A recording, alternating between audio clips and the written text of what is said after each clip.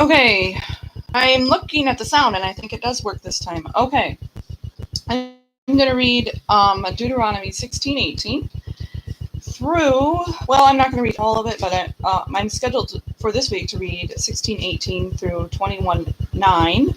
In the King James Version of the Bible, I'm going to read this. I'm reading the Parashah style. I use that style of reading because it separates things based on old customs, and it's not bad to have customs as long as you're fulfilling God's ways. Okay, so I read that type of thing. Okay, and by the way, I am here, and I'm just behind this little thing. I don't think you need to see my face for me to read these portions. So here I am, but I'm just not going to use the actual webcam. You just listen in, and you can read with me. Here we go. Judges and officers shalt thou make thee in all thy gates, which the Lord thy God giveth thee throughout thy tribes, and they shall judge the people with just judgment.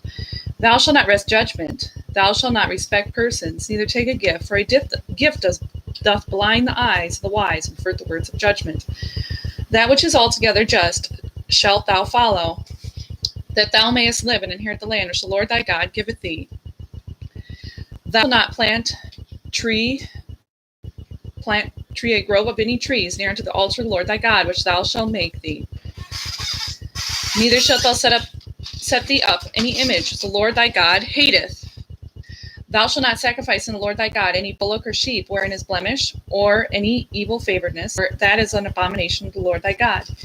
If there be found among you within any of thy gates, which the Lord thy God giveth thee, man or woman that hath wrought wickedness in the sight of the Lord thy God, and transgressing his covenant, and hath gone and served other gods and worshipped them, either the sun or moon, or any of the host of heaven, which I have not commanded, and it be told thee, and thou hast heard of it, and inquired diligently, and behold, it be true, and the thing certain that such a nation is wrought in Israel, then shalt thou bring forth that man or that woman which hath committed that wicked thing unto thy gates, even that man or that woman, and shall stone them with stones till they die. At the mouth of 2 witnesses or 3 witnesses shall he that is worthy of death be put to death. But at the mouth of 1 witness he shall not be put to death. The hands of the witness shall be first upon him to put him to death, and afterward the hands of all the people. So thou shalt put away the evil from among you. If there arise a matter too hard for thee in judgment, between blood and blood, between plea and plea, and between stroke and stroke, being matters of controversy within thy gates, then shalt thou arise and get thee up into the place which the Lord thy God shall choose. And thou shalt come into the priests, the Levites, and into the judge that shall be in those days, and inquire, and they shall show thee the sentence of judgment. And thou shalt do according to the sentence which they of that place which the Lord shall choose shall show thee.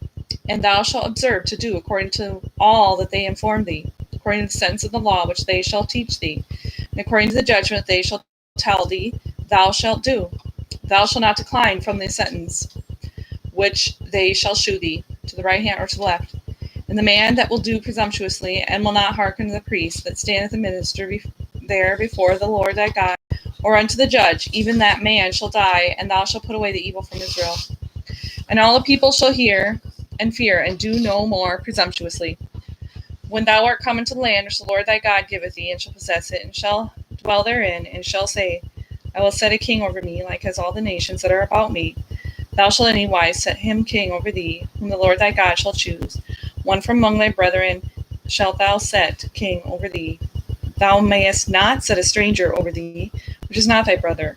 But he shall not multiply horses to himself, nor cause the people to return to Egypt, the end that he should multiply horses, for as much as the Lord hath said unto you, ye shall henceforth return no more that way. Neither shall he multiply wives to himself, that his heart turn not away, neither shall he greatly multiply to himself silver and gold. And it shall be, when he sitteth upon the throne of his kingdom, and he shall write him a copy of the law in a book, out of that which is before the priests of the Levites. And it shall be with him, and he shall read therein all the days of his life, that he may learn to fear the Lord his God, to keep all the words of the law and the statutes, to do them, that his heart be not lifted up above his commandment to the right hand or to the left, and that he may prolong his days in his kingdom, he and his children in the midst of Israel.